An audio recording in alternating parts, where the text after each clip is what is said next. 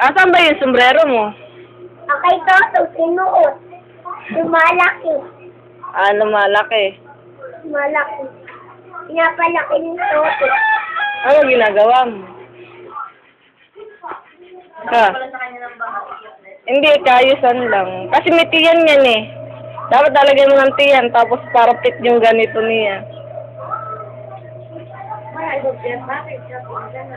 Hindi po, yan lang, dalawa.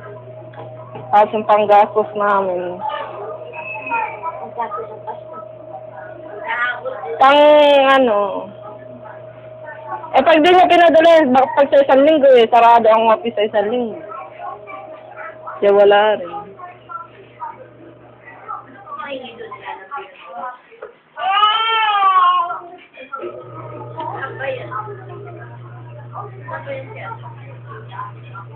Video. Dapat nasaan yung ano mo, yung sombrero mo.